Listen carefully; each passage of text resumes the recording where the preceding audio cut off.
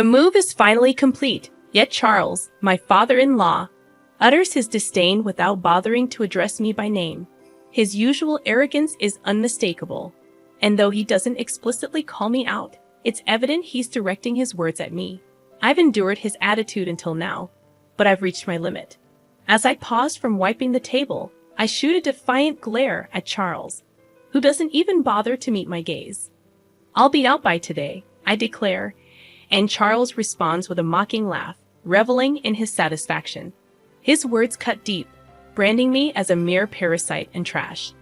He envisions a life refreshed once I'm gone, oblivious to the profound changes his own lifestyle has undergone over the years. Allow me to introduce myself. My name is Grace, and I recently turned 40.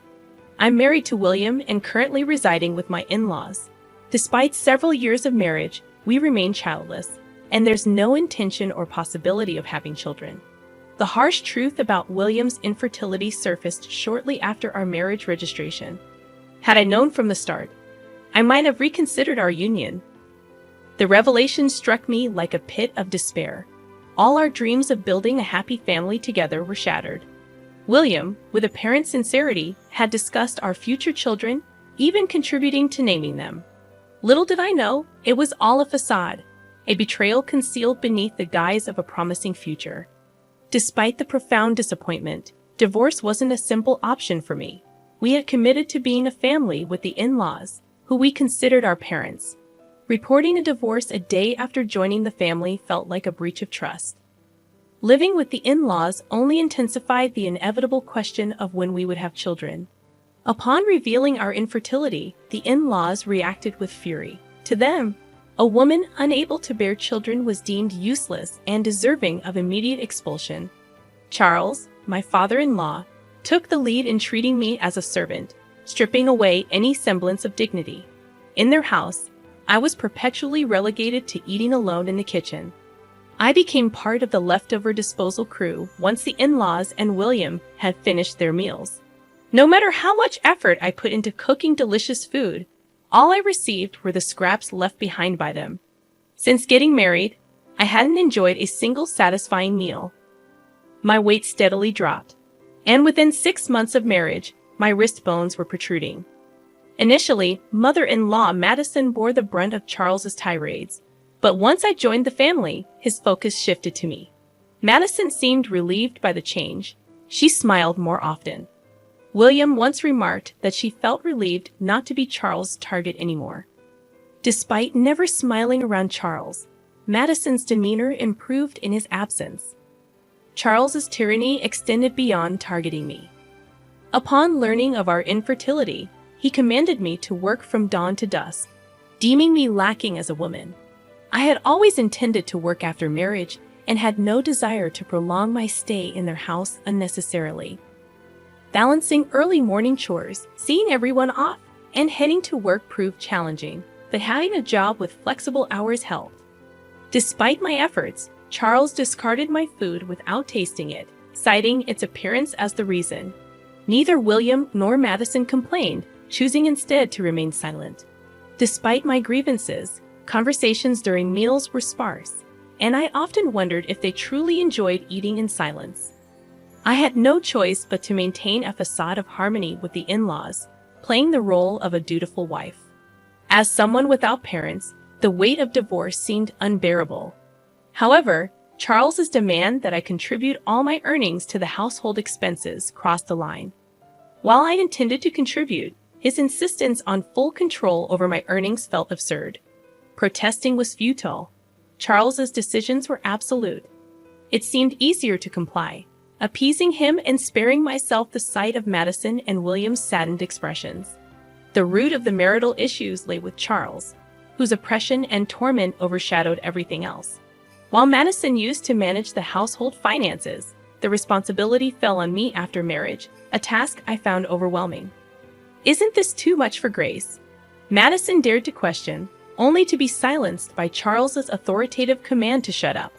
I had been dismissed in Charles's eyes, and Madison and I, as women, were deemed worthless, stripped of the privilege to voice our opinions. Taking over the household ledger from Madison initially shocked me, but after several years, I grew accustomed to it. Perhaps the acceptance stemmed from having an additional breadwinner in the house. Charles, however, began spending more recklessly, justifying it as work-related expenses, increasing his nights out, and embarking on trips with Madison and William, excluding me. This sudden change in their behavior marked a departure from the past. Despite the years that had passed, Charles continued to treat me as an outsider, labeling me a parasite or trash. In my younger years, I endured the peace that came when Charles wasn't home, not minding my role as a mere housekeeper. However, as I approached 40, I found his behavior intolerable. The fear that once kept me silent waned, and I started speaking up. Charles didn't appreciate my newfound assertiveness, leading to resentment and a worsening negative loop. Our strained relationship reached a point where Charles constantly badmouthed me, and our interactions were minimal. Whenever he spoke, it was to insult me, creating a dreadful atmosphere at home. Despite the escalating tension, I refused to comply when Charles demanded I leave the house. I snapped back, questioning where I could go knowing I had no parents. Charles, fueled by anger, slammed glasses onto the table, breaking them in the process. Tired of enduring the constant yelling, I deviated from my usual apology and spoke sharply to Charles. I pointed out that he should calm down in his older age. Unaccustomed to such defiance, Charles became furious, asserting his dominance as the master of the house, declaring that a wife like me shouldn't have opinions. Frustration reached its peak, and I confronted Charles head-on, expressing my years-long desire to be treated like a human. He retaliated, escalating to grabbing me by the collar and vehemently declaring that a person like me wasn't needed in his house.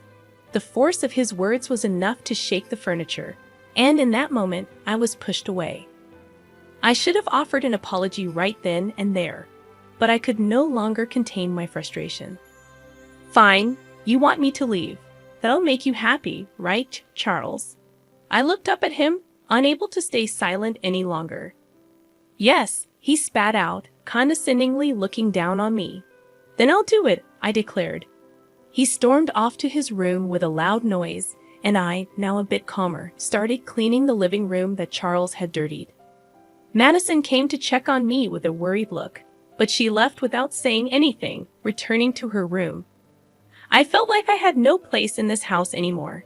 Neither William nor Madison would protect me, and years of endurance exploded, making me feel even more isolated. The next day, as usual, I got up early and began my routine. Charles woke up and entered the living room, sitting on the sofa, leaning back and spreading the newspaper without even glancing at me. Then, without looking up, he asked, "Finished moving yet?"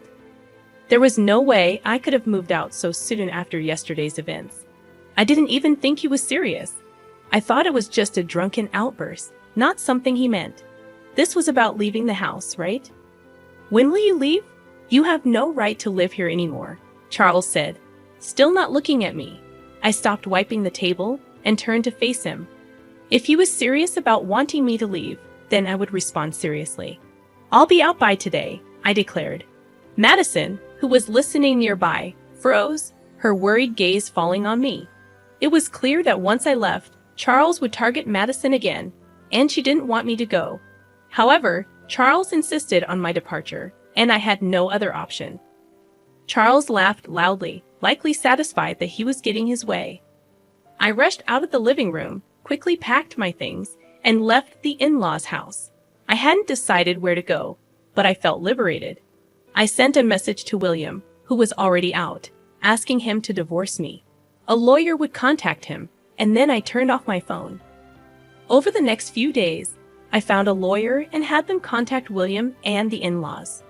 Charles, thinking divorce was inevitable, pressured William into signing the papers quickly.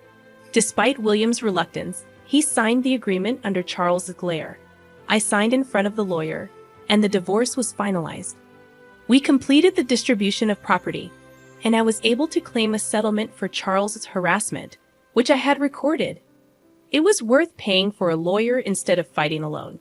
Charles, concerned about his public image, avoided any complications by involving lawyers.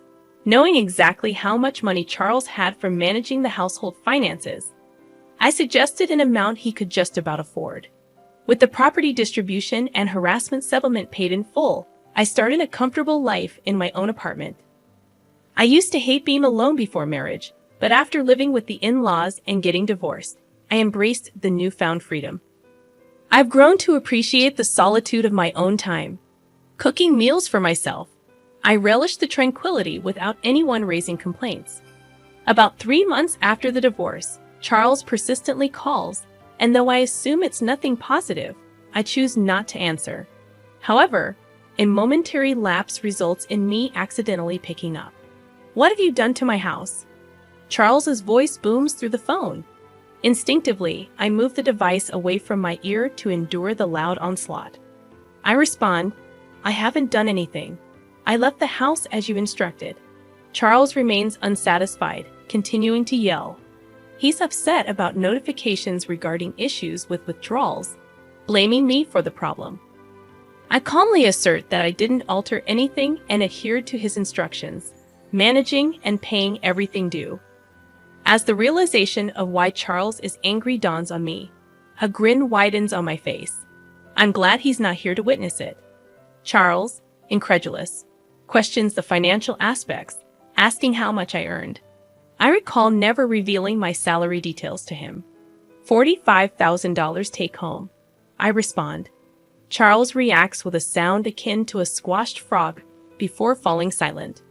In truth, my job in sales at an investment trust company involved a commission-based salary, influenced by the returns generated for investors.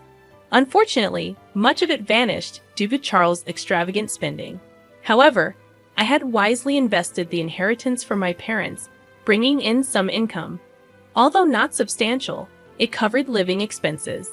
During the property distribution, only William's savings were considered since my parents' inheritance and its earnings were not part of it.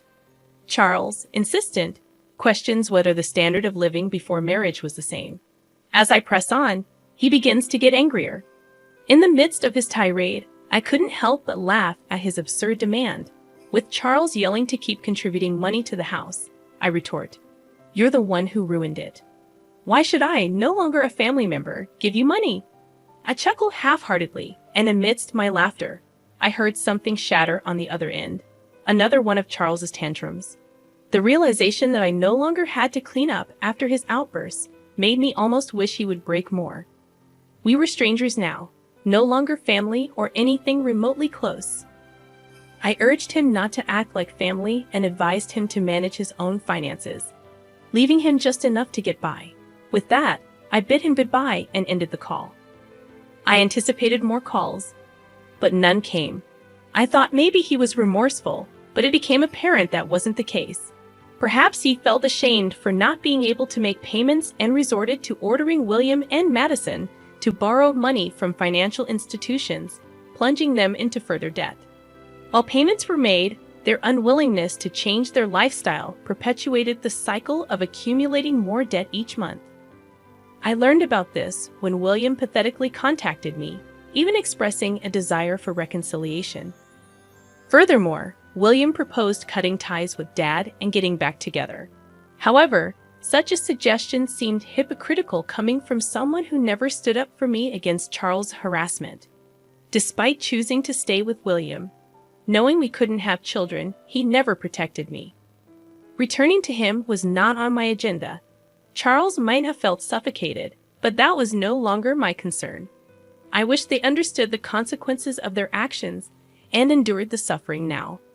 The in-laws struggled with debt, yet they couldn't bring themselves to reduce their lifestyle standards. Charles, now a contract worker with a reduced salary, joined Madison and William in part-time security jobs. It wasn't just Charles.